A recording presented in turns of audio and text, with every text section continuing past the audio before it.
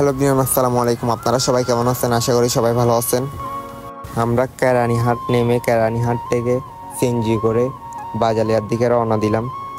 বুড়ির দোকানের সামনে নামাই দিতে বলছি। আমরা মনে করছিলাম অল্প কিছুক্ষণ লাগবে, কিন্তু দেখতেছি অনেক দূর। কি এক অবস্থা! এত দূর যে আমরা কখনো জানতাম না।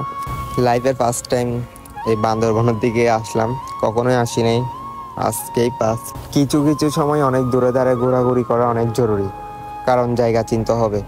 চট্টগ্রামে থাকিও যদি আমি বান্দরবন না চিনি, বান্দরবনের আশেপাশে জায়গাগুলো না চিনি, তাহলে কি হবে?